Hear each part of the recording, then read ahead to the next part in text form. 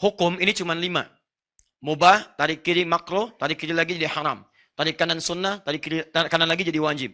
Kita letakkan musik pada porsinya. Perhatikan baik-baik. Jika musik itu tidak ada hubungan sama sekali dengan maksiat, dan tidak mengajak juga misalnya secara langsung pada ketaatan yang standar-standar saja, maka dihukumi mubah di sini.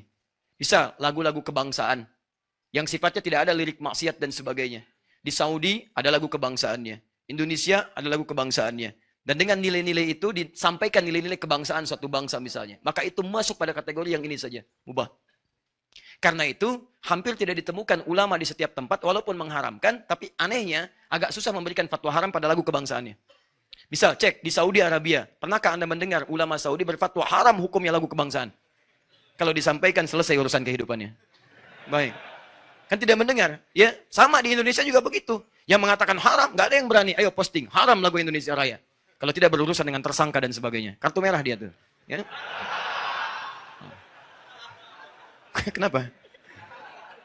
Agak aneh memang. Saya pakai jas semalam, Anda ribut. Saya sampaikan ini Anda ribut. Ini Masya Allah luar biasa. Kita menyesuaikan penampilan lah ya. Kalau lihat gorong-gorong, ya pakai kaos gitu kan. Kalau ke pengajian, ya pakai pakaian yang sesuai. Sesuai. Sesuai. Jangan lihat God pakai batik, ke pengajian pakai kaos, nggak nyambung kan. Misal, nggak ada yang hubungan yang lain. Hubungan ke sini. Kita bicara musik. Sekarang lihat sini. Kalau dari musik itu kemudian, maaf, dia tidak langsung terkait dengan maksiat. Tapi di situ ada yang membuat diri kita itu masih ingat sholat, masih Quran dan sebagainya, tapi malas beraktivitas dalam urusan-urusan keduniaan. Larut dalam itu, maka minimal dia jatuh hukum makruh di situ. Makruh. Lupa karena menyimak lagu dan sebagainya, dibuat hayalan-hayalan, itu kan? Tapi sholat masih ingat, kerjakan sholatnya, baca Quran juga iya. Cuman sayang kadang-kadang misalnya dalam pekerjaan yang lebih maslahat kadang-kadang tidak dikerjakan karena larut mendengar yang seperti itu. Makruh hukumnya. Ini, kalau sudah masuk pada aspek yang dilarang. Dengan musik bukan lalai lagi, sholat nggak dikerjakan. Kamu ingat sholat ya? Iya mah, saya ingat, tapi nggak dikerjakan. Memang ingat, cuman nggak dikerjakan. Ada yang sama sekali nggak ingat sholat.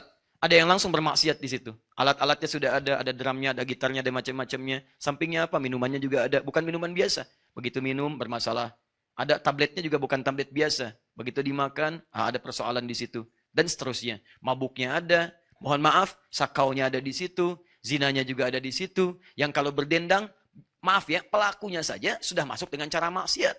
Maka pesertanya pun pasti akan bermaksiat.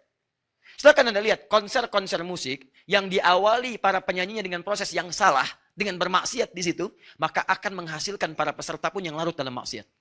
Datangnya yang dibawa apa? Yang dibawa itu halal yang maksiat. Minuman yang tidak jelas, arah yang tidak jelas, joget-joget tidak jelas, ikhtilat tidak jelas, maka jelas itu hukumnya haram. Haram hukumnya. Ya. Judulnya memang bagus, ketika ditepuk yang diarahkan salah. Ya, maaf, saya tidak harus sebutkan itu kan, nanti jadi masalah lagi. Misal, itu dipahami saja. Tapi kalau kemudian dari situ ada nilai-nilai kebaikan yang dibawa bahkan mengarahkan pada nilai-nilai agama. Yang memang di situ domainnya dia.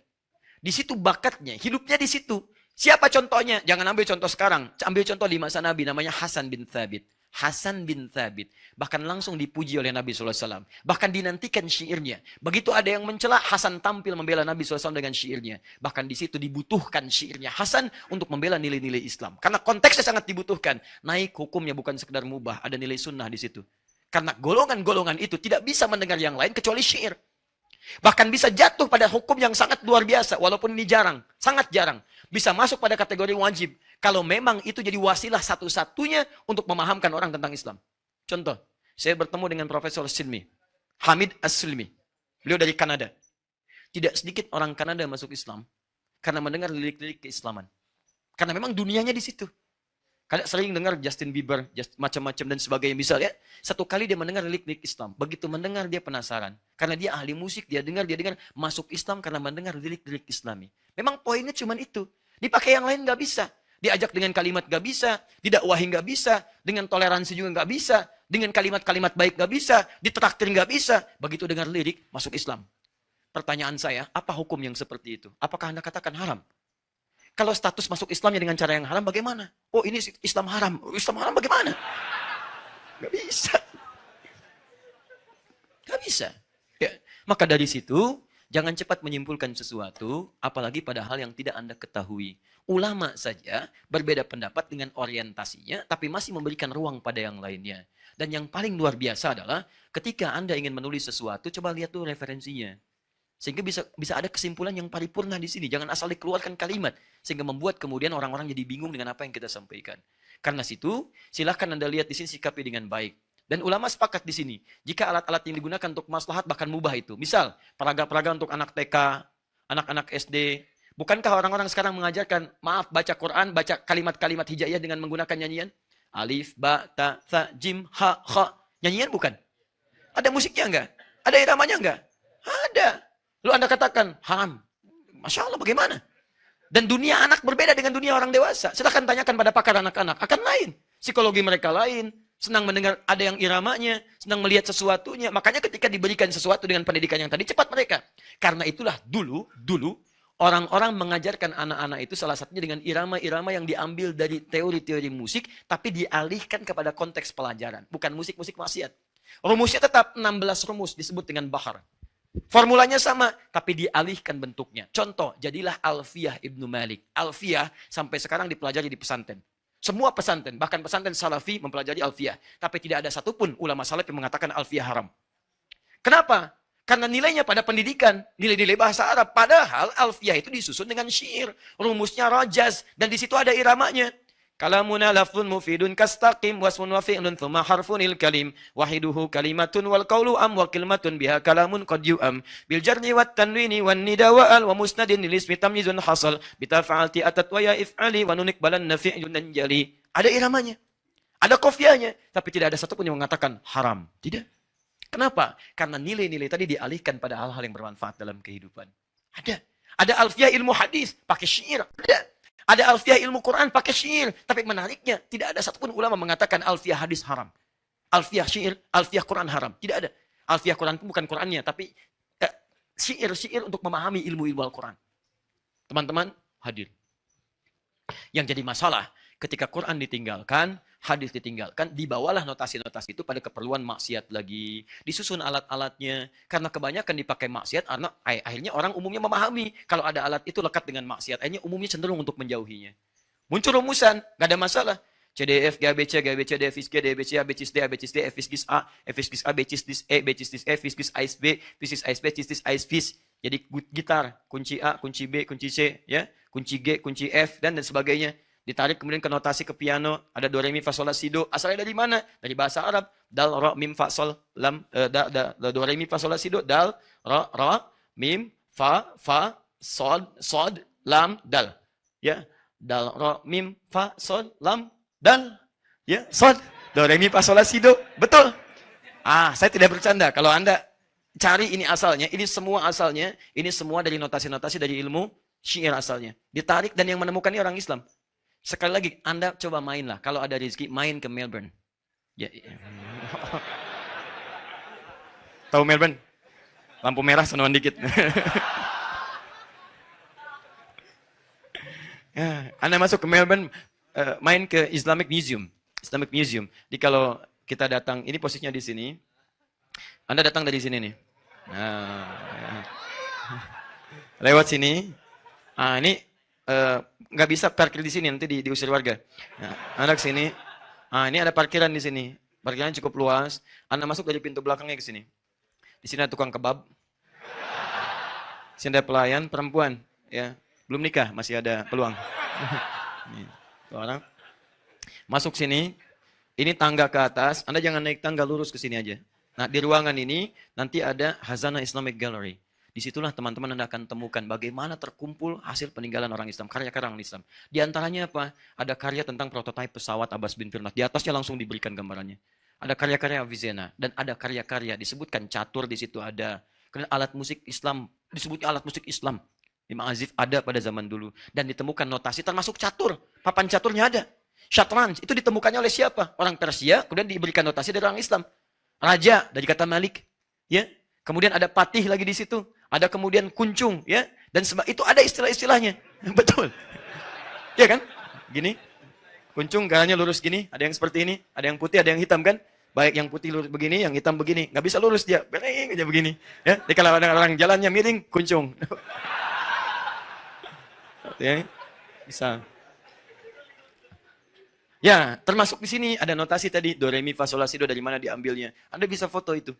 Bisa foto, bisa lihat-lihat dan seterusnya. Anda bisa diambil. Nanti Anda masuk lagi, lurus lagi. Di sini ada kaca. Di kaca itu ada wallpapernya, wallpaper dari Syajaratun Nabi. Ya, jadi generasi keturunan Nabi. Dari Nabi Adam terus sampai ke bawah. Sampai ke Nabi Muhammad SAW. Ada semua silsilahnya di situ. Bisa diturunkan. Nah, jadi maksud saya adalah, ayo coba kita luaskan wawasan. Dan kesimpulan terakhirnya adalah, tarjihnya, mana yang terkuat di antara ini? Selalu yang paling kuat itu yang pertengahan. Karena kita diminta oleh Allah untuk mengambil bagian pertengahan. Kita umat pertengahan. Quran surah kedua ayat 143. Wa kadzalika ja'alnakum ummatan wasata, yang tengah-tengah. Jadi kalau kita melihat proporsional saja, jangan-jangan antum haramkan mutlak tapi antum butuh sesuatu untuk bermanfaat dalam diri antum. Jangan-jangan halalkan mutlak tapi ada maksiat yang berbahaya di situ. Karena itu, jika memang dengan musik itu Anda bisa mendapatkan manfaat yang dibutuhkan untuk mendukung agama, Anda boleh ambil bagian dari porsi itu. Tapi kalau nggak ada manfaatnya, saran saya tinggalkan. Karena nggak ada manfaat dalam kehidupan Anda. Ya, kalau saya pribadi, saya tidak terlampau menyukai hal seperti ini. Saya belajar itu untuk menjelaskan hukum, bukan ingin ikut kemudian terlibat dalam hal-hal yang dimaksudkan. Tidak. Saya jurusan saya di bahasa Arab. Ya, spesialisasi saya tentang Al-Quran. Karena saking cintanya dengan Quran, saya belajar bahasa Quran. Bukan untuk bisa bahasa Arab, tapi mendalami bahasa Quran. Maka kami pelajari itu. Dan di jurusan bahasa Arab pasti akan belajar dengan ini semua. Makanya kami punya argumentasi untuk menyampaikan. Karena saya pelajari. Ya, 5 tahun di Tripoli saya pelajari tentang ini. Tentang syair, tentang rumus, tentang macam-macam. Sampai apa unsur syair dan seterusnya. Sampai ditemukanlah kalimat ini. Anda kalau nggak belajar tentang ini, Anda nggak akan paham kenapa kalimat Quran turunnya dengan lahwal hadith. Kenapa di sini ada malahi. Kenapa ada ma'azif. Kenapa tidak disebutkan kalimat musik. Karena yang dimaksud musik pada saat itu, apa yang tadi kami terangkan. Bukan berarti jadi otoritatif, bukan. Ada juga yang lain yang mungkin punya pendapat. Yang penting kita saling menghormati. Yang salah itu adalah yang terlalu fanatis dengan pendapatnya dan menjadikan perpecahan dalam kehidupan. Anda boleh punya pilihan, tapi tidak harus memaksakan pilihan Anda pada orang lain. Tetap kita sama-sama, Anda pakai kaos, orang lain pakai kaos. Bukan berarti kaos Anda harus dipakai kaos orang lain. Tidak harus ukuran Anda dipakai ukuran orang lain. Saya ukurannya misalnya M, itu kan? Ini mungkin XL.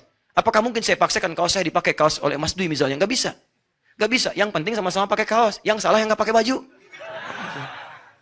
Itu poinnya. Jelas ya? Baik, jadi mulai hari ini, tapi saya selalu memberi catatan. Kalau Anda mau jadi ahli Quran, sudah selesai. Nggak ada hubungan dengan musik. Karena frekuensi musik nggak akan sama dengan frekuensi Quran. Ya, kecuali dalam hal yang tadi saja, yang membantu untuk nilai-nilai ya pengaktifan Quran seperti huruf saja, atau ada maqamat. Maqamat itu digunakan. Kalau dulu disebut dengan nagmah, ada bayati. Bayati, ya, ada ras misalnya kan. Ara tayran alal ghusni yunadi Ar-Rahman. Nah, itu diterapkan ke surat Ar-Rahman. Suka ada itu. Ada ras, ada bayati, ada hijaz, ya, dan seterusnya. Kalau saya nggak terlalu pandai itu. Ya, kalau kami hanya mendalami bacaan-bacaan, murattal, kemudian menghafal dan sebagainya. Mungkin ada yang mujawwadah. Itu yang dihadirkan di MTQ dan seterusnya. Itu nggak ada masalah. Tapi kalau hal-hal yang sifatnya yang tidak bermanfaat, saran saya tinggalkan. Karena itu nggak ada manfaat dalam kehidupan kita. Sepakat sampai sini? Sepakat. Nah udah, kalau sudah sepakat, saya sampaikan jelas. Paham sekarang? Jadi apa hukum musik? Masya Allah. Satu bilang mubah, satu bilang haram, satu bilang ini, Masya Allah. Nanti kesimpulan terakhirnya, apa hukum musik? Relatif. Masya Allah. Kita boleh punya pendapat dalam persoalan ini, baik pro ataupun kontra.